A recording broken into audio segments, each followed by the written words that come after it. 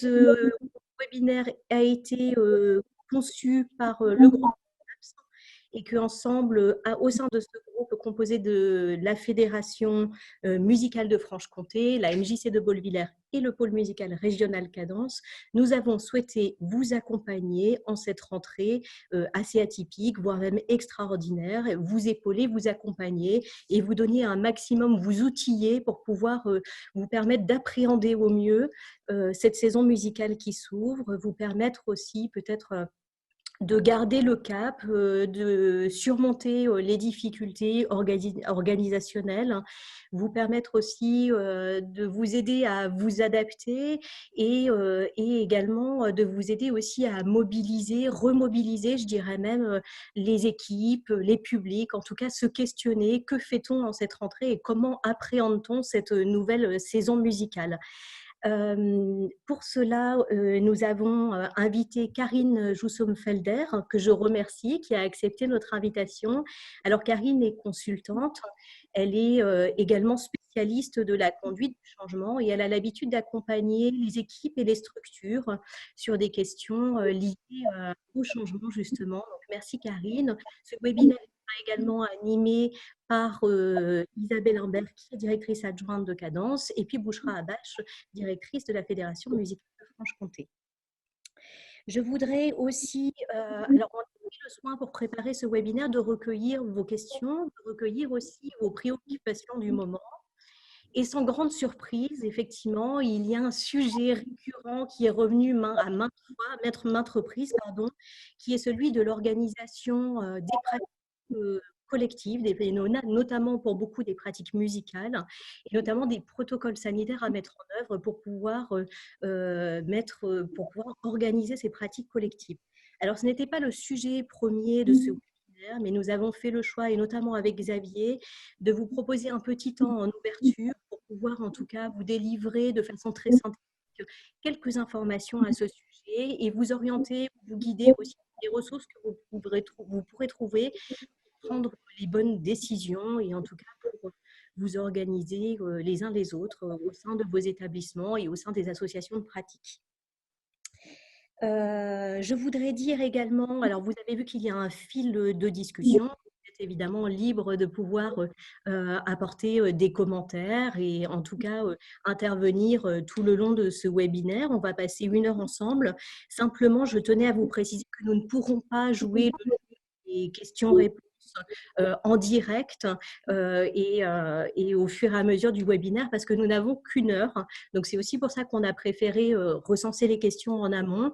Ceci dit, tout cela sera synthétisé et Isabelle et Bouchra prendront évidemment le temps de pouvoir intervenir et essayer, si possible, d'interagir avec vos commentaires. Sur la question des protocoles sanitaires et de l'organisation des pratiques collectives, je voudrais peut-être spécifier dans un premier temps qu'il y a d'une part un cadre législatif, il y a la législation qui pour le coup, sur le plan du cadre législatif, il y a très peu de choses sur les pratiques artistiques en tant que telles. Peut-être, Xavier, je te laisserai intervenir là-dessus et notamment sur le décret, sur la question du port du masque. Il y a d'une part cette législation et puis il y a d'un autre côté tout ce qui va être de l'ordre des recommandations et des préconisations. Et c'est peut-être là qu'on vous invite, nous, à puiser, à vous inspirer aussi de ce qui est écrit, de ce qui est fait par-ci, par-là, pour pouvoir vous-même vous organiser en fonction de vos contextes et vos réalités d'activité artistique. Ce que je voudrais dire en premier lieu, c'est qu'il est important de prendre en compte, évidemment, la question des locaux de répétition. C'est, je pense, la chose la plus importante. Vous questionner sur vos salles de cours, justement. Savoir, alors bien souvent, une école de musique ou une association de pratique n'est pas propriétaire de ces locaux et doit se renseigner en tout premier lieu sur les capacités d'accueil, les protocoles sanitaires en vigueur et la possibilité ou non de reprendre l'activité artistique. Donc, nous vous invitons en tout premier lieu à évidemment interroger les collectivités ou les structures culturelles qui vous accueillent, les associations, les écoles, etc., pour en savoir davantage. Lorsque la reprise est envisageable, il convient ensuite, évidemment, de s'intéresser à la question des espaces, qui est une question fondamentale sur la question des protocoles sanitaires. Avez-vous suffisamment d'espace pour accueillir, alors notamment quand on parle de pratiques collectives musicales, pour accueillir l'ensemble du chœur ou l'ensemble de l'orchestre? Et comment pouvez-vous mettre en place les mesures de distanciation? Alors aujourd'hui, en termes de mesures de distanciation, il y a, je dirais, c'est assez convergent. Il y a une sorte de convergence si on étudie un peu l'ensemble des articles et des préconisations qui sont faites, on s'aperçoit qu'il y a, en termes de mesures, une distance radiale de 2 mètres à conserver entre chaque musicien, donc de part et d'autre des musiciens, devant, derrière et sur les côtés, et ce pour les chanteurs dans les pratiques chorales, comme pour les instrumentistes avant, dans le cas voilà, des pratiques orchestrales. La distance est un peu moindre pour les instruments à cordes ou les percussions, où là, on est sur une distance d'1,50 m. Par ailleurs, pour ce qui va concerner le chef, on va être alors sur les pratiques chorales sur une distance de 3 à 5 mètres entre le chef et les musiciens. Xavier, je te laisserai peut-être préciser davantage pour ce qui sera des pratiques orchestrales. Par ailleurs, donc bien souvent, à moins que vous puissiez disposer d'une salle de 200 à 300 mètres carrés, vous comprendrez bien qu'il est parfois difficile, et dans la plupart du temps, difficile de reprendre en tout outil. Donc, c'est la raison pour laquelle, évidemment, il faut s'organiser, il faut peut-être penser une réduction des effectifs, ou en tout cas répéter en plus petit ensemble, imaginer d'autres rythmes de répétition, des répétitions par groupe, par pupitre, et évidemment adapter le projet artistique, les ambitions, le répertoire, en fonction aussi évidemment de ces contraintes de distanciation et d'espace.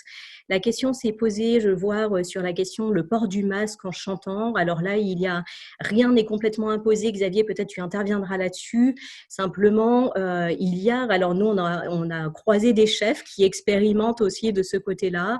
Il est évidemment recommandé et nécessaire de demander aux praticiens, qu'ils soient chanteurs ou instrumentistes, de venir avec leur masque, quoi qu'il en soit, de s'installer avec le masque et après de l'enlever au moment de la pratique ou non. Du côté de la pratique vocale, en tout cas, on peut aussi essayer de jongler entre les deux en cours de répétition. Voilà, je n'irai pas beaucoup plus loin, simplement vous dire qu'il y a des ressources, alors que vous pourrez trouver beaucoup de ressources sur le site de Cadence, et je sais que la Fédération musicale de Franche-Comté fait aussi un travail de veille important pour renseigner les différents publics. Vous dire également que vous trouverez des ressources, notamment du côté, alors qu'on a été interrogé sur l'éducation artistique et culturelle, vous pourrez trouver notamment le protocole sanitaire en vigueur qui a été édité par l'Éducation nationale pour ce qui va concerner l'éducation musicale. Et puis, le ministère de la Culture, la DGCA, a publié aussi des aides à la reprise. Alors, il y en a une qui est particulièrement attendue, et vous le savez sans doute, c'est l'aide à la reprise des conservatoires classés et des établissements d'enseignement artistique public. La dernière date du 26 juin, on attend avec beaucoup d'impatience la prochaine qui peut-être sortira demain. Alors, il y aura peut-être de nouvelles recommandations. Il y a aussi un document intéressant, vous trouverez tout cela, puis on vous l'enverra après le webinaire, concernant l'aide à la reprise des activités artistiques dans le champ du spectacle vivant, avec des annexes par discipline. Et là, vous pourrez notamment vous inspirer des différentes annexes de la musique, la danse ou le théâtre, que vous soyez d'ailleurs un établissement public ou non. Je pense que ça peut être très intéressant aussi du côté des écoles associatives d'aller puiser dans ces ressources. Voilà. De mon côté, je vais m'arrêter là. Xavier, je te laisse évidemment me compléter. Je voudrais vous souhaiter à toutes et à tous une très belle rentrée musicale et beaucoup de courage pour toute cette organisation. Merci Laure, bienvenue à tous, à toutes et à tous. Pardon. Donc le Grand Est est évidemment toute la France et le Navarre pour participer à ce webinaire. Donc Laure Mercœur disait à l'instant qu'effectivement on a un certain nombre de ressources pour vous informer et vous aiguiller sur les différentes possibilités de reprise. Mais je vois dans les commentaires, et je remercie d'ores et déjà nos participants à ce webinaire, qu'il y a d'autres d'autres propositions, en tout cas d'autres décryptages, et surtout d'autres décryptages de ce fameux décret qui est sorti le 28 août et qui a une seule phrase, voire deux, si on veut, sur les articles 44 et 45. Ça ne veut rien dire pour certains, mais une seule phrase qui sème terriblement le trouble quant à ce que tu as pu dire, Laure, quant à la distanciation. Puisqu'elle est sujet à interprétation, je la lis, la distanciation physique n'a pas à être observée pour la pratique des activités artistiques dont la nature même ne le permet pas. Donc effectivement, sujet à interprétation. Et c'est d'ailleurs la raison pour laquelle on n'a pas à ce jour notre protocole Opus 3 qui doit sortir du ministère de la Culture. Et il doit être révisé par une, je ne sais pas comment exactement on dit, mais en tout cas une cellule interministérielle le 4. Et donc, à la suite, il y aura une signature probablement de ce protocole, puis on pourra en prendre connaissance. Et il est à espérer que nous ayons au sein de ce protocole les préconisations beaucoup plus précises que cette phrase qui est très compliquée. Donc, vous trouverez les différents liens, comme Monsieur Claude a bien voulu nous les donner de la part de la PFI, par exemple, sur leur interprétation. Mais il y en a d'autres. Il y en a bien d'autres d'interprétations. Il y a celles aussi qui sont récurrentes de la part de la communauté scientifique, à savoir l'Orchestre de Berlin qui offre a offert un troisième opus aussi, en disant, par contre, là, donc c'est vrai que par rapport aux distanciations, c'est différent de ce que tu évoquais, mais on ne se contredit pas, on dit juste quelle est la bonne mesure à prendre, c'est-à-dire que avec un minimum de distance pour installer nos ensembles. Il est évident qu'à ce jour, il y a encore pas mal d'inconnus. Ce qui est proposé et qui est indispensable à appliquer, qu'évoquait Laure, c'est aussi les notions de masque. On arrive, on est après on prend sa place, quel que soit l'ensemble, on s'assied, et là, on peut enlever le masque, si évidemment c'est un instrument avant, c'est une évidence, lorsque on a appliqué un placement qui soit raisonnable. Donc ça, c'est les premières choses qu'on pourrait évoquer. Effectivement, il y a aussi deux, trois aides, parce que le chant, c'est pas nécessairement aussi exclusivement à l'école, dans nos écoles de musique, et c'est également à l'école, dans le cadre scolaire. Et là, par contre, il y a quelque chose d'un peu qui est sorti également du ministère de l'Éducation nationale, dont on peut s'inspirer quant à l'enseignement facultatif du chant choral. Il y aura aussi d'autres choses qu'on pourra vous relayer, qui nous permet quand même de penser au chant, mais toujours, pour l'instant, avec des masques. Donc, c'est quelque chose qui n'est pas très simple à réaliser, mais ça existe. Par ailleurs, il y aura une deuxième chose, ça a le mérite d'exister, si j'ose dire. Par ailleurs, il y aura une deuxième chose, c'est le fait que nous avons par contre des protocoles de la part de des activités artistiques dans le champ du spectacle vivant. Voilà, je cherchais, c'est parce que vous allez avoir probablement des concerts aussi à réaliser. Vous avez besoin de répéter, c'est la première chose. Mais vous allez avoir peut-être des concerts ou des prestations à réaliser. Ça, le ministère de la Culture les a sortis, comme disait Laure tout à l'heure, la Direction générale de la création artistique. C'est sorti depuis le 14 août. Donc, nous avons sur plusieurs secteurs, hein, le cirque, la danse, le théâtre et donc évidemment la partie musicale. Ça, c'est des choses qu'on pourra aussi vous transmettre, sachant que bon, ça s'adresse davantage, comme on l'a pu le dire, aux professionnels. Cela dit, lorsqu'on se présente en concert, ça peut nous aider à se faire une idée. Et là, je rejoins aussi pleinement, bien évidemment, Laure, sur le sujet, qui est que il va falloir adapter en fonction de ce que vous avez dans vos différentes salles. N'oubliez pas les autorisations de la part de vos différentes mairies, collectivités, et ainsi de suite, pour pouvoir commencer. Faites signer le protocole que vous avez mis en place, un peu comme les conditions générales d'utilisation dans n'importe quel autre, je dirais, du commerce. Et on est là, on n'est pas dans le commerce, mais enfin, on accepte les conditions, il faut que les usagers les acceptent lorsque vous les avez mises en place.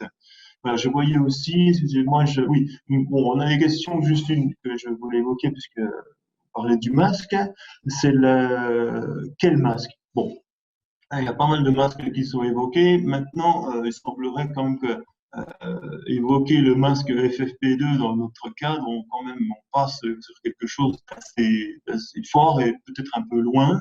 Ensuite, le confort du FFP2, j'aimerais rappeler que c'est extrêmement inconfortable. Le porter beaucoup de temps, ce serait quand même quelque chose de difficile. Bon, il y a des masques qui filtrent à 70%, d'autres à 90%. C'est ça qu'il faut peut-être regarder davantage. Personnellement, je ne vais pas aller plus loin parce que je n'ai pas trouvé de texte qui me dit il faut prendre absolument un masque de telle ou telle qualité. Les syndicats le préconisent, oui, je sais, le SPEDIC par exemple, un texte très clair, oui, c'est vrai, il y a pas mal de choses, mais qui demandera à être aussi peut-être, comment dire ça, interprété lorsque, encore une fois, on aura le troisième opus net du ministère de la Culture. Voilà ce que j'ai à dire pour le moment, de manière relativement générale, parce qu'il faudrait aborder effectivement tous les bâtiments. Est-ce qu'on a la bonne aération et ainsi de suite. Ça, c'est toujours les questions qui sont posées. Nous serons, dans la mesure du possible, on pourra répondre à certaines questions que vous poserez à l'issue de ce webinaire. Ça peut être par écrit. On y réfléchira tous ensemble avec toutes les personnes qui sont à ce webinaire. Voilà. Merci à tous. Pas de panique, on s'organise. Ça s'appelle comme ça, ce petit moment qu'on va passer. Et j'y suis un petit peu dans la panique. Il faut que je m'organise parce que j'avais prévu un petit peu plus de temps qu'il m'en reste. Mais je vais m'organiser. Je vais faire pour le mieux. Je commence par vous dire bonjour à tous. J'ai envie de commencer ce propos par une rapide présentation de ce que je fais là, aujourd'hui devant vous, dans cette configuration relationnelle un petit peu particulière dont je n'ai vraiment pas l'habitude, qui est complètement liée à la Covid-19 et aux incertitudes concernant la rentrée et la saison musicale qui s'ouvre pour vous tous. J'ai trouvé que ça pouvait illustrer quelque peu le propos de ce webinaire que j'ai préparé à votre intention. Ainsi donc, quand Isabelle Imbert de Cadence m'a appelé pour me proposer en juillet dernier d'animer un webinaire sur le terme des incertitudes concernant la rentrée dans le contexte de la Covid-19, j'ai assez rapidement répondu par l'affirmative. Mais j'ai quand même, je dis assez rapidement, car en fait, j'ai pris le temps pendant notre échange de vérifier que j'avais quelque chose à en dire, pas idiot, hein, de cette rentrée inhabituelle, de cette crise également, on va y revenir sur la notion de crise, de ce qu'elle nous fait, de ce qu'elle me fait à moi aussi, parce que j'ai beau avoir 62 ans, être à la retraite depuis 2 jours, j'ai quand même encore des cours à l'université à assurer, et donc je suis exactement dans le même cas que vous, j'ai un peu de stress quant à cette rentrée. Puis après, je me suis dit, avant de raccrocher, je me suis dit, bon allez, ils me font confiance, donc je dis oui, j'y vais. Et puis après, une fois le téléphone raccroché, je me suis dit, en fait, c'est quoi un webinaire? J'y suis allée regarder de plus près, j'ai respiré un grand coup et je me suis dit, bon allez, il faut que je me commence à m'y préparer. J'ai dit oui, j'y vais, j'ai pas le choix, c'est comme ça, c'est engagé. Et en fait, ça se fait avec des gens que j'aime beaucoup. Ça se fait avec, en faisant confiance à Quentin, parce que alors sans Quentin et la gestion de la technique par Quentin, je pense que j'aurais refusé d'y participer. En faisant confiance à Isabelle et Bouchra pour la gestion de mon stress qu'elles ne manqueront pas à l'assurer, et en me faisant confiance à moi aussi. Ce mot confiance, il n'est pas neutre. Hein. Moi, je me suis dit, j'ai quand même un petit peu d'antériorité dans la chose. Parler de travail, de conditions de travail, d'organisation, de pensée complexe, c'est mathématique. Donc, bon, je me fais confiance à moi aussi. Et puis, l'enjeu n'est pas international. Je suis en train d'essayer d'être modélisante. Regardez ce que je fais. Je suis en train de diminuer mon stress en vous disant un petit peu que la situation est inhabituelle. Parce que ce qui change là, aujourd'hui, dans cette modalité particulière qui nous réunit, c'est pas mon métier. C'est juste les modalités relationnelles qui nous réunissent. Du coup, je me suis préparée, j'ai essayé de faire pour le mieux et pour que ce moment soit pédagogiquement pertinent et un peu apaisant pour vous, et puis peut-être même agréable si possible. Donc nous y sommes, voilà. Pas de panique, on s'organise. Il s'appelle comme ça notre moment ensemble. Je vais commencer par quelque chose qui va vous sembler peut-être superfétatoire, mais moi, ça me semblait important. Et si nous reconnaissions ensemble que nous sommes dans une crise, eh ben on va y revenir. Je vais prendre le temps d'y revenir, parce que ce virus, il a fait fort, hein, notamment dans l'Est de la France, hein, pour ce qui concerne la plupart d'entre vous. Hein. Il a tué, il a isolé, il a épuisé les gens, il a bouleversé nos modes de communication familiale, professionnelle, amicale, etc. Pendant les vacances, il a été un peu plus sage, parce que nous, on l'a peut-être été aussi, apparemment. Et puis voilà qu'à la fin des vacances, c'est la catastrophe, il recommence, et on nous dirait même qu'il a muté, ou qu'il pourrait muter. Bon, alors on n'aime pas ça, c'est très désagréable. On voudrait bien en connaître les causes, on voudrait même trouver les responsables de ce virus. On voudrait l'éradiquer pour de bon. On ne prend pas toujours les recommandations qu'on nous donne. C'est vrai que certaines d'entre elles peuvent sembler un petit peu contradictoires. Alors, ça nous met dans un drôle d'état. On a l'impression d'avoir perdu nos repères et en tout cas la maîtrise d'une bonne partie des choses. Et c'est vrai, c'est complètement exact ce qui se produit, notamment sur le plan professionnel. Nous avons des habitudes, nous y tenons. Du coup, j'ai envie de revisiter avec vous quelques mots qui vont, et quelques notions qui vont avec Covid-19, avec cette Covid-19. Parce que tout ça, ça m'a amené à réfléchir, ce que j'ai très souvent travaillé, accompagné dans mon métier, les crises qui faisaient qu'on allait chercher mes compétences de formatrice ou de conseil, la complexité des situations que j'ai rencontrées dans ces entreprises, les ajustements organisationnels qu'il a fallu mettre en place prioritairement pour que l'activité se poursuive, les conditions du changement à repérer, un changement plus durable, le changement, le processus de conduite du changement dans ces entreprises, le travail sur les compétences, la subsidiarité, l'interdépendance, l'impermanence.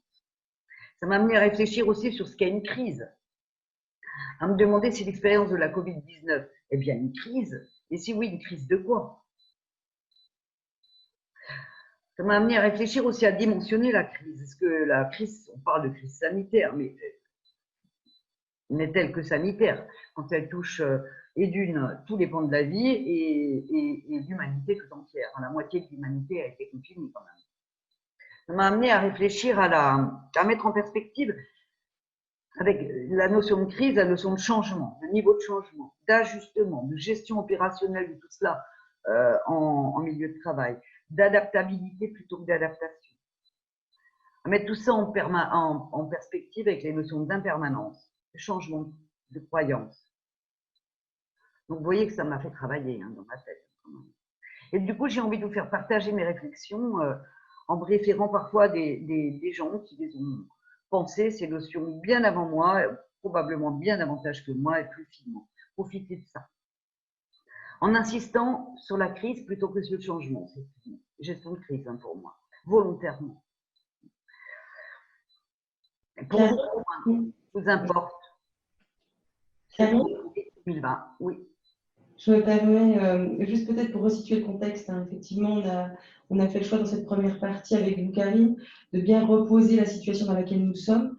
Tout le monde en est conscient, effectivement, nous sommes en phase de crise, mais au-delà de ça, on voulait quand même prendre compte de la mesure qu'aujourd'hui nous avons. Clairement, il avait été estimé que sur la période de fin juin, début juillet, la crise sanitaire allait en phase descendante.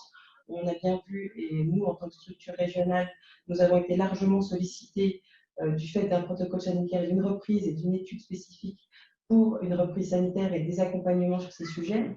Il nous semblait important avec vous, Karine, aujourd'hui, de bien rappeler que la question elle n'est pas aussi que sur les protocoles sanitaires, comme vient l'évoquer Xavier et Laure, bien sûr, mais il y a un changement de paradigme qui sera le nôtre, qui sera en perpétuel mouvement. Cette crise, elle ne sera pas éphémère, je me permets de répéter pour situer le contexte, cette crise n'est pas éphémère et qu'il faudra de toute façon s'adapter en permanence, et c'est ce que vous vouliez ensuite annoncer. Donc voilà, je voulais juste resituer un petit peu le contexte pour que les gens comprennent qu'aujourd'hui, on est dans une autre phase qui est celle d'effectivement répondre à une crise qui est effective, mais aussi dont il va falloir aussi prendre compte et prendre en considération dans l'ensemble des mois à venir pour nos activités, pour les enseignants, pour les chefs, pour les directeurs et les présidents. Merci Karine, je vous laisse continuer. Merci. Alors en effet, il m'a été donné de recevoir par mail les questions que vous avez bien voulu adresser pour préparer ce webinaire, hein, et qui témoignent bien de vos interrogations et voire un moment même de l'angoisse associée à cette rentrée hors norme, hors habitude. Alors du coup, c'est quoi une crise?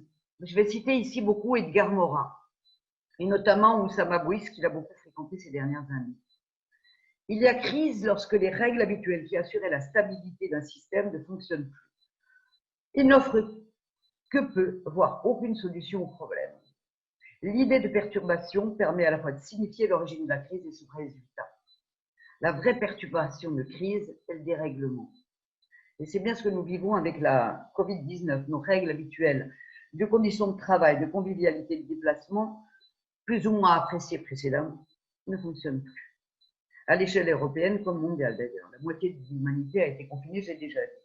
Je cite encore Edgar Morin qui dit que lorsque les dispositifs de régulation fonctionnent, ils permettent de prédire les conséquences des actions et événements.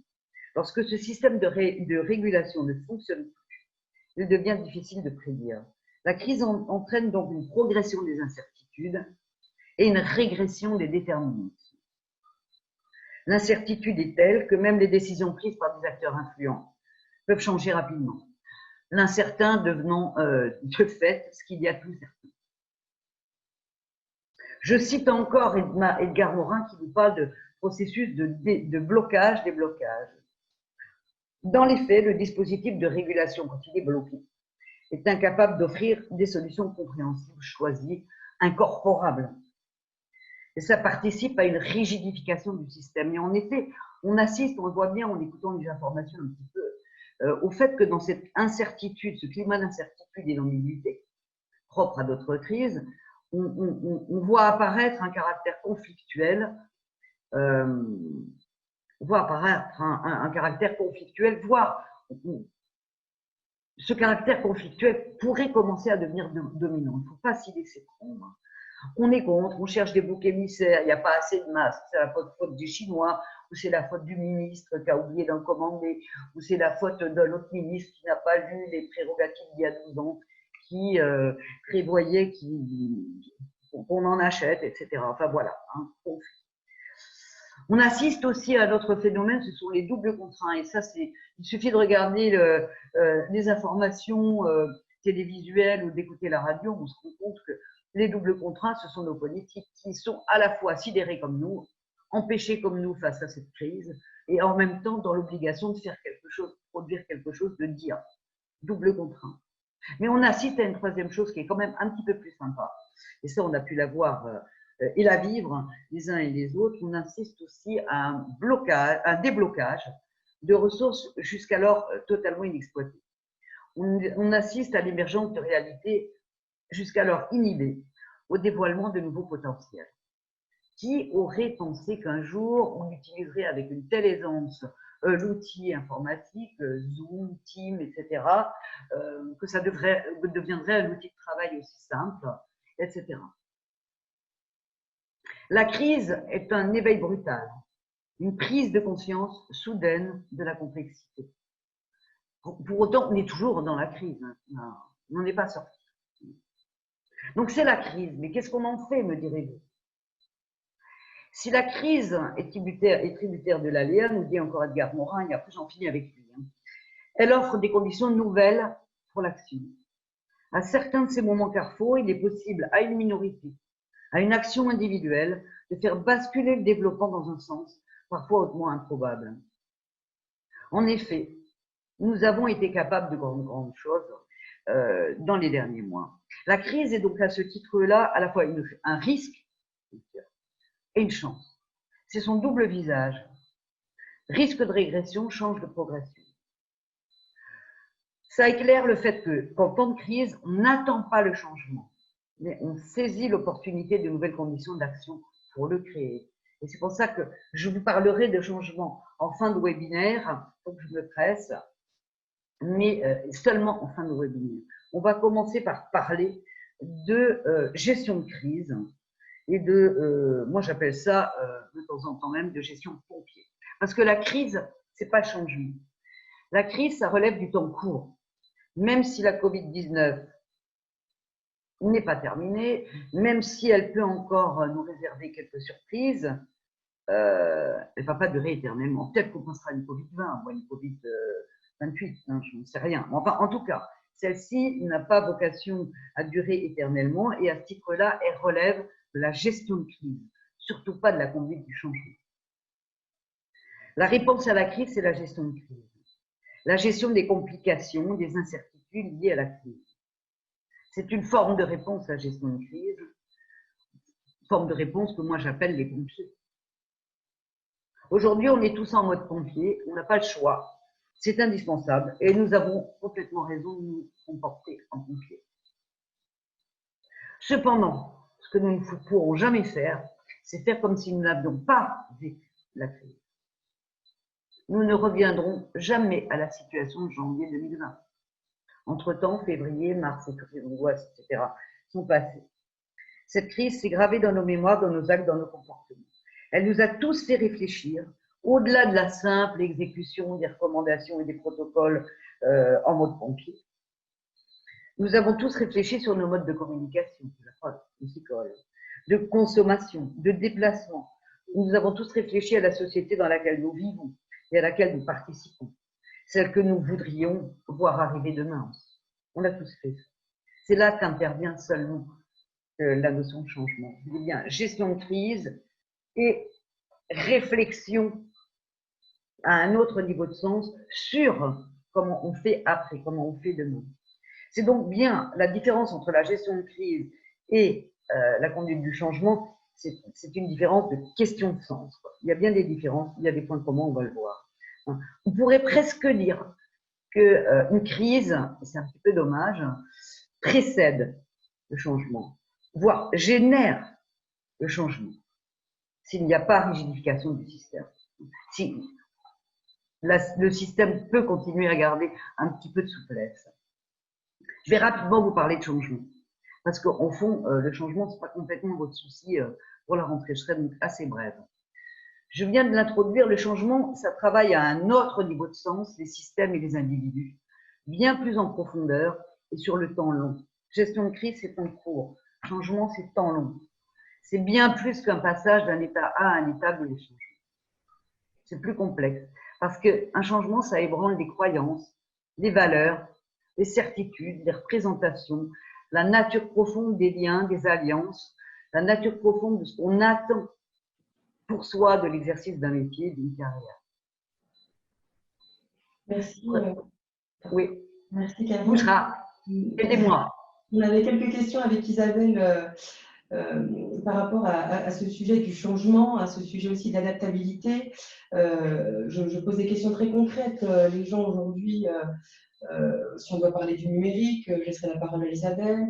Ou alors, si je devais parler aujourd'hui en termes de développement, clairement aujourd'hui, comment doit-on réagir en termes de développement d'activité, en termes de régression d'activité, même si on voudrait s'adapter ou changer, clairement, il y a des choses qu'on ne peut plus ou qu'on ne peut pas faire. Comment réagir dans ces cas-là?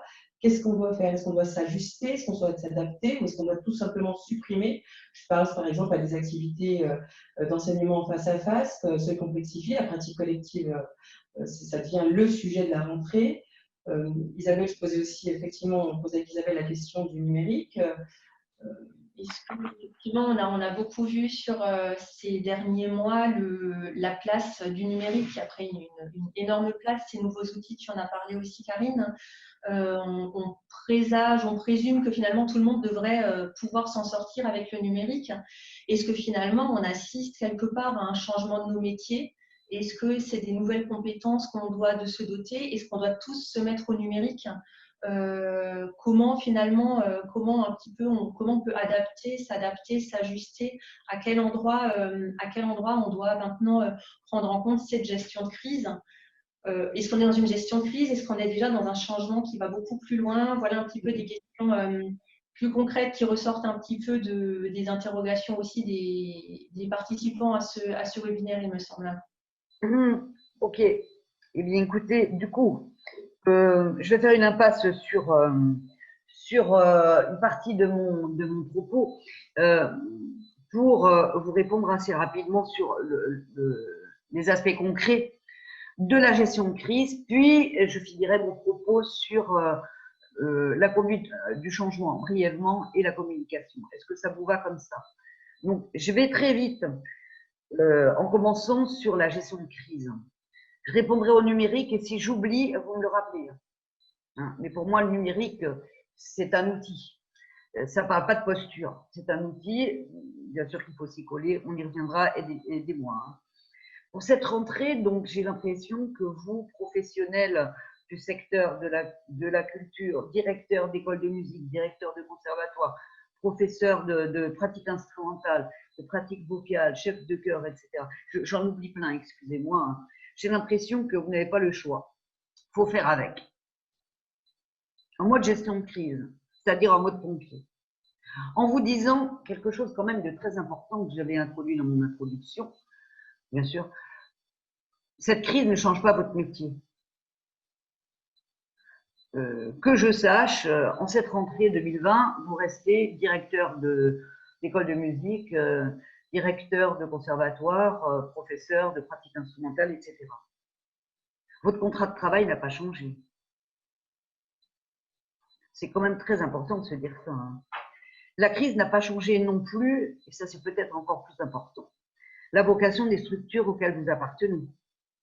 L'ambition ou les ambitions que vous avez pour vos usagers, je n'aime pas trop ce terme, enfin c'est celui que j'ai trouvé. Les apprentis musiciens, chanteurs, instrumentistes, amateurs pour le plaisir, etc., que vous avez l'honneur d'accompagner. Pour les personnels administratifs, support de vos activités non plus. La vocation des structures reste la même. Les ambitions également.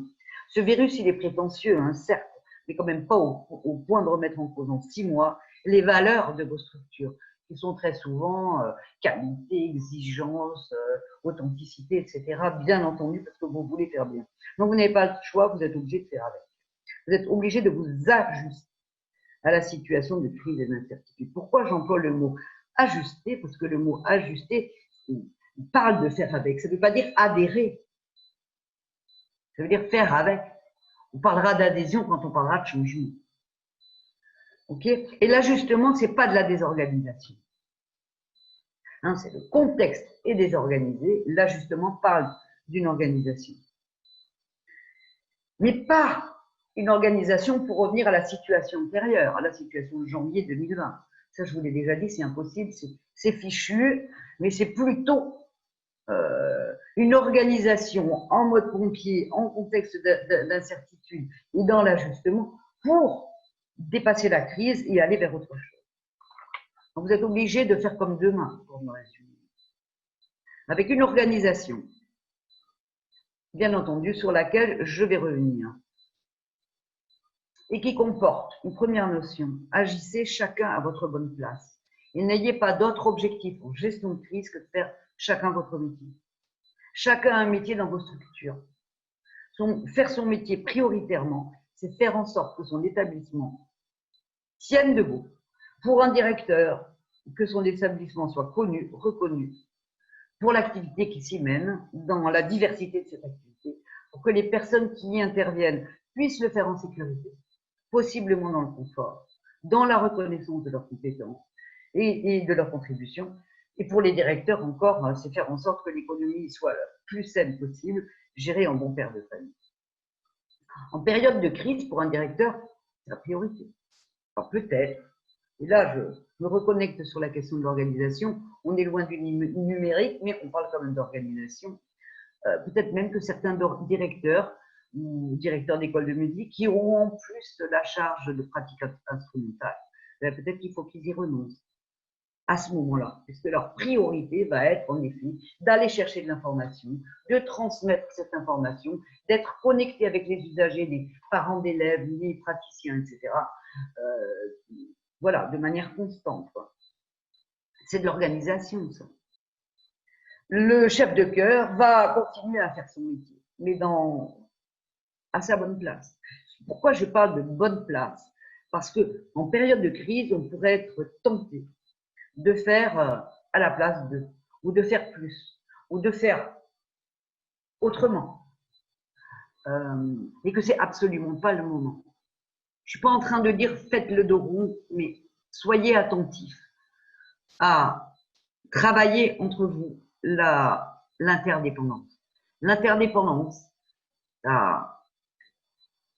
s'appuie sur une différenciation claire des différents métiers qui constituent une structure et qui font que la structure tienne debout. Donc, restez bien à votre place. N'essayez pas de faire la place de votre directeur. Le directeur, n'essayez pas de remplacer l'enseignant de flûte de Pan.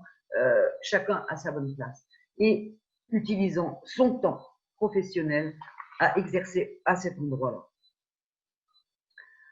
Autre notion qui me semble importante et qui parle complètement de l'organisation. Je me permets, Karine, s'il vous plaît. Vous disiez tout à l'heure, effectivement, la notion de conflit quand même et de tension qui a fait apparaître cette crise, notamment au sein des organisations, au sein des équipes. Vous dites effectivement que le directeur doit respecter son rôle de directeur, en tout cas ne pas éviter le débordement, pareil pour l'enseignant ou même un président. Est-ce que c'est réellement possible dans ces temps de crise où finalement le directeur devient aussi spécialiste technique, médecin, virologue, l'enseignant devient assistante sociale et… Surtout pas. Si vous êtes prof de flûte de Pan, restez surtout prof de flûte de Pan. Si vous êtes directeur, restez directeur. Et les directeurs travaillent avec vos conseils d'administration pour qu'une gouvernance gouverne et gouverne la période en mode gestion de crise. Alors, je suis en train de dire que les directeurs ne doivent surtout pas devenir virologues, infectiologues, infirmiers et confesseurs. Mais il y a une vraie réalité de terrain qui est celle-ci, c'est qu'il y a une notion d'adaptation qui est absolument énorme aujourd'hui. On ne peut pas s'adapter à une crise. Voilà, on ne s'adapte pas à une crise. Alors surtout, ne vous mettez pas en mode adaptation de la crise. Mettez-vous en mode gestion de crise et en mode pompier. Les pompiers exercent dans des cadres, avec des protocoles. Hein, ils n'ouvrent pas l'eau avant d'avoir sorti la lance à eau. Il y a quand même une notion de bon sens finalement qui est quand même… Il y a aussi du bon sens. Mais il y a beaucoup une notion de place où en fait nos conflits éternels de place, c'est pas le moment. Ok. Merci. Mais merci pour cette petite interruption qui me permet d'aller à l'endroit d'après. Ne relevez ni défi ni challenge. Restez en mode pompier. Chacun dans votre métier. Ce n'est pas le moment de monter l'Himalaya. N'essayez pas d'en faire plus. Vous risqueriez d'en faire trop. Soyez attentifs à rester dans l'objectif qui vous est fixé, dans vos fiches de poste, dans les responsabilités qui vous ont été confiées. Faites attention à ce que votre exercice reste explicite, réalisable, écologique pour vous, pour les autres, actualisable si vous ne pouvez pas réaliser votre exercice, on y reviendra tout à l'heure. Et j'ai oublié le 5e dans la panique. Cessez de vouloir tout contrôler, tout maîtriser. Ça ne relève pas de votre pouvoir. Vous ne pouvez ni maîtriser ni contrôler le virus, ni maîtriser ni contrôler les humeurs, les angoisses, les peurs de vos usagers entre guillemets.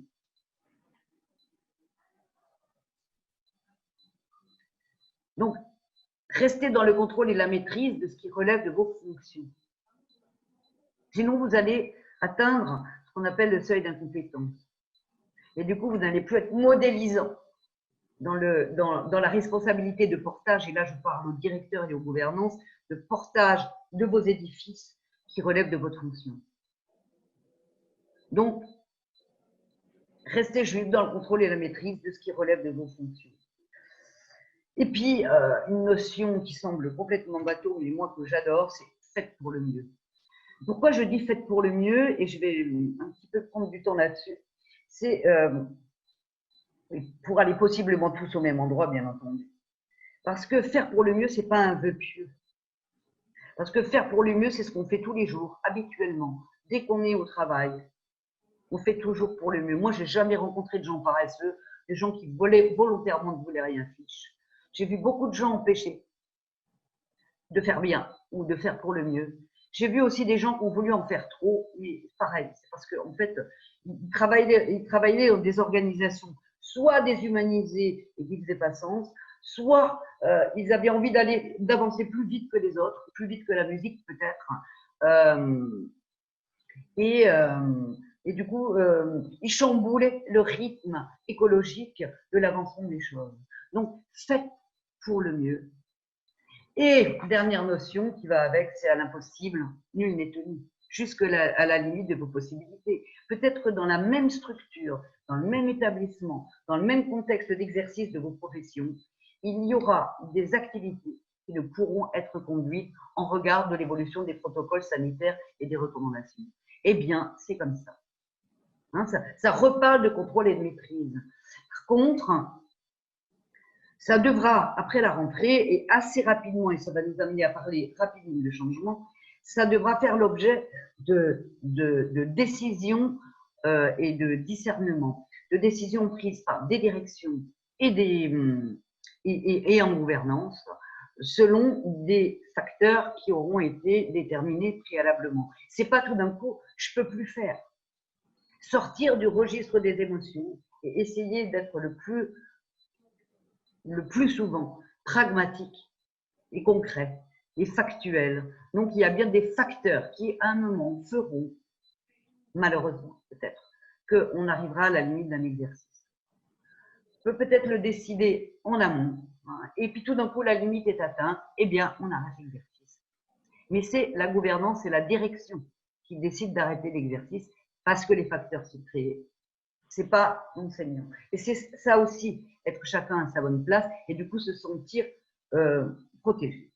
Je rajouterai juste pour finir que ces éléments combinés travaillent vos comportements.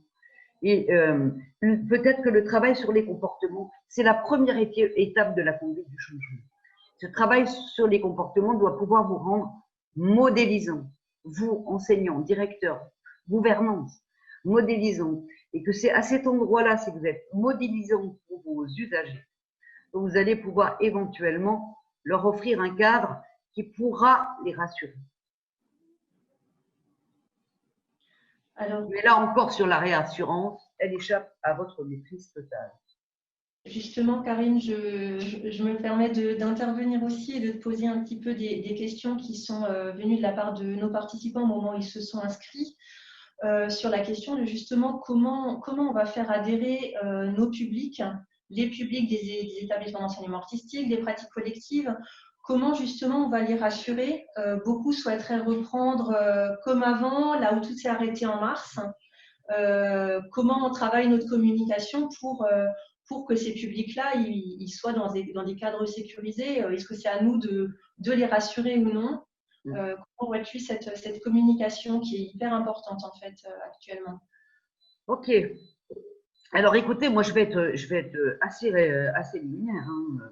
C'est pas votre boulot de rassurer les gens. Que je sache, vous n'êtes pas AXA Assurance ou Groupama. Hein. Vous êtes conservatoire, vous êtes école des musiques, vous êtes enseignant, vous êtes agence culturelle ou MJC en charge d'eux. C'est pas votre boulot de rassurer. Votre boulot, c'est de mettre en place les moyens d'exercice des activités de manière à ce qu'elles soient rendues sécurisantes, à la fois pour les enseignants et pour les parties prenantes de vos structures et pour les gens qui viennent suivre des cours, participent à des répétitions, etc. C'est ça votre travail. Du coup, on peut vraiment se poser la question de savoir parce que ce mot communiquer, il est terrifiant, quoi. Communication de crise, on n'entend plus parler que de ça. Allez à la FNAC, il y a 300 mètres de rayonnage de bouquins sur la communication de crise. Moi, je crois qu'en gestion de crise, et on est là-dedans aujourd'hui, il faut passer de l'information, ce que vous avez fait en début de webinaire. Passer de l'information, dire où on peut trouver l'information. Vous n'avez aucune maîtrise sur la réassurance des gens. Passer de l'information, être modélisant, en n'oubliant pas qu'on ne peut pas ne pas communiquer. Sachez que de toute façon, vous le savez tous, hein, vous êtes des professionnels de la communication, 70% de votre communication est non verbale. Donc, de toute façon, si vous êtes complètement angoissé, vous allez communiquer de l'angoisse. Ou vous allez être angoissant. Les deux sont possibles, hein, ensemble, en plus. D'accord? Donc, cessez de vouloir communiquer. Soyez modélisant, appliquez les protocoles jusqu'à la limite. Faites pour le mieux. Faites votre métier. N'essayez pas de faire autre chose. Faites votre métier jusqu'à la limite du possible. Vous serez en gestion de crise. Moi, je n'ai pas grand-chose de plus à vous raconter. Et cette information, elle concerne quoi? Des protocoles, ce que vous avez fait, les limites. Peut-être aussi, et là, du coup, ça me permet de revenir sur la question de l'organisation, sur l'organisation globale et spécifique que vous pouvez faire chacun, parce que comme vous l'avez dit précédemment, tous les locaux ne se ressemblent pas, tous les locaux ne vont pas pouvoir accueillir tous les publics. Eh bien, informez les gens sur les possibles chez vous, votre organisation. Dites quelles sont les mesures de sécurité que vous mettez en place et en regard de quoi sur le plan réglementaire. Dites que vous êtes conscient des enjeux différenciés des différentes situations d'apprentissage. Dites quelles sont les limites que vous avez. N'hésitez pas, c'est complètement rassurant. Hein. Moi, je préfère qu'un kiné ou qu'un ostéo me dise « je ne peux pas vous recevoir parce que je ne suis pas fichu capable d'aérer mon cabinet après votre passage », je trouve ça beaucoup plus rassurant plutôt qu'ils me disent « venez à moi les petits-enfants ». D'accord? Donc, dites vos limites aussi. Engagez-vous. Soyez modélisants et surtout, n'oubliez pas, et ça, vous me direz, c'est peut-être pas très commercial, entre guillemets, mais surtout, nommez également les exigences que vous avez par rapport à vos publics, à vos usagers. Et dites-leur aussi quelles seront les mesures que vous prendrez si eux sortent du cadre. Et ça, c'est très rassurant. Oubliez de vouloir rassurer, ça ne relève pas de votre mission. Donc, on ne rassure pas, Karine, ce n'est pas dans les attributions, mais par contre, on peut réduire la crainte et la peur, peut-être, alors, avec l'ensemble des... Réduire la crainte et la peur en nommant explicitement le cadre d'exercice de chacun, les responsabilités de chacun, en mettant les directeurs, les gouvernances en tête de pont, c'est-à-dire que c'est des documents factuels, c'est écrit par mail, c'est envoyé par courrier, c'est sur le site, etc. Et c'est signé systématiquement du directeur et des gouvernances. Ça pose les choses aussi. OK? Et ça, c'est peut-être potentiellement rassurant. Mais ne faites pas autre chose. Il y a quand même autre chose, ce n'est pas votre boulot. D'accord. Il y a quand même une notion forte de responsabilité. Ah, mais oui. Des publics. La gestion de crise, ce n'est pas tout paravolo. L'organisation, ça parle de responsabilité. Mais tout le monde n'a pas la même responsabilité dans une structure. Et la responsabilité de la sécurité dans la structure, la responsabilité globale, eh bien, c'est bien la direction et les gouvernances qui le... Co-responsabilité, dit Stéphane Groscol. Oui, pas au même niveau. Pas au même niveau. On n'oublie pas quand même que dans une association aussi, un problème, c'est le président qui vend sa caravane. Moi, globalement, c'est ce que j'avais à vous dire, puisque le temps vous est un petit peu compté. Hein. Donc, on arrive au bout de ce webinaire. J'aurais encore eu plein de choses à vous dire. J'avais préparé 10 feuilles. Ça devait passer, ça n'allait pas passer. Je vous remercie beaucoup de m'avoir écouté. Merci pour votre attention. Ce temps partagé avec vous aussi, moi, qui m'a fait travailler en amont, qui m'a sûrement fait grandir, passer à autre chose. Moi, j'ai envie de faire un truc un peu bizarre. J'ai envie de dire aussi merci à France Culture. Ils ne m'écoutent pas, hein, mais je leur dis souvent merci parce que moi, ils m'ont beaucoup fait grandir là, ces derniers jours. Et puis, vraiment, je vous conseille d'écouter France Culture le plus souvent possible. En ce moment, ils parlent plein de la crise et c'est bien. Et puis, je vous souhaite une excellente fin de journée. Au revoir. Merci Karine, c'est très gentil à vous, en tout cas d'avoir accepté notre invitation, d'avoir préparé avec nous ce webinaire.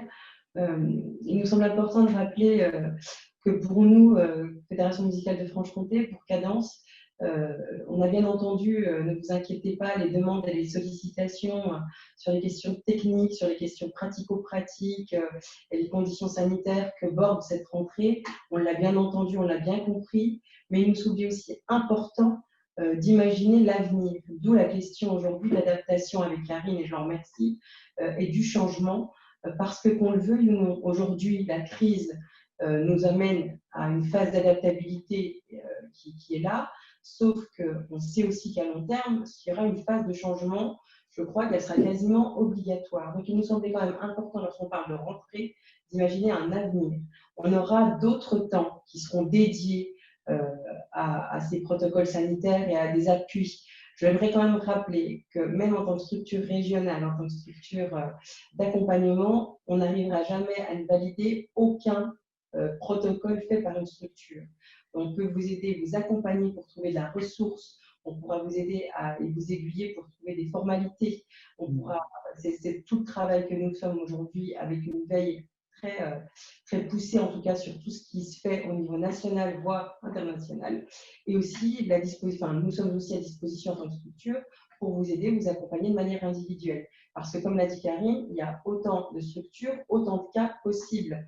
Mais je crois qu'il y a quand même une vraie chose, il y a quand même un élément déterminant qui est une notion de responsabilité collective, qu'on ne pourra pas enlever. D'ailleurs, on vous mettra, vous aurez à disposition sur le site de Cadence ou sur le site de la Fédération tout un document sur la responsabilité des dirigeants. Je pense en temps de crise, dans ce cas Covid qui a été édité par le CNEA. Donc, on vous mettra tous ces éléments à disposition. N'hésitez pas à venir aussi, on a bien entendu, on ne pourra pas répondre individuellement aujourd'hui, mais on peut le faire dans un second temps, bien sûr avec nos équipes, pour essayer en tout cas de vous aider au mieux. Et ce webinaire est un premier, on en a déjà fait un plan, est un deuxième, en collaboration avec Cadence à la UC de Haute-Villers. Il y en aura d'autres, très certainement d'autres qui seront beaucoup plus liés effectivement à toute cette question de reprise sanitaire. Comme je vous l'avais annoncé tout à l'heure, effectivement, on n'avait pas mesuré, je le dis de manière très humble, on n'avait pas mesuré le fait que le Covid allait reprendre de manière aussi importante pour cette rentrée, sachant que beaucoup avaient quand même mis en place et bordé les choses à partir de juin, dès la fin du confinement. Beaucoup avaient essayé de reprendre, avaient déjà essuyé les plâtres, entre guillemets, pour essayer de trouver des solutions. Je vois qu'on parle de plexiglas, on a parlé de masques, sensibilisation. Donc voilà, il y a des choses qui ont été mises en place et qu'on ne peut pas occulter. Aujourd'hui, il y a d'autres dispositions qui sont elles aussi tout aussi inquiétantes. Effectivement, un protocole sanitaire, aujourd'hui, qui nous est imposé et sur lequel on doit réfléchir ensemble, mais il y a aussi d'autres éléments qui sont la continuité de nos activités, la pérennité des structures aujourd'hui dans le cadre de cette crise. Donc voilà, c'était important pour nous aussi de rappeler qu'il faut à un moment donné pouvoir aussi aborder l'ensemble des questions, pas uniquement par le prisme des conditions d'accueil, qui sont effectivement très importantes, je ne les minimise pas, mais aussi des éléments contextuels qui seront à moyen et long terme, parce que c'est ce qui fera qu'on assurera la pérennité des structures pendant les prochains mois à venir. Voilà, je vais aussi laisser terminer Isabelle. En tout cas, merci à tous pour votre participation. Merci beaucoup, Karine, pour ces éclairages. J'aurais noté le mot changement, j'aurais noté le mot impermanence, j'aurais noté le mot adaptabilité, voire même ajustement, il me semble. Merci.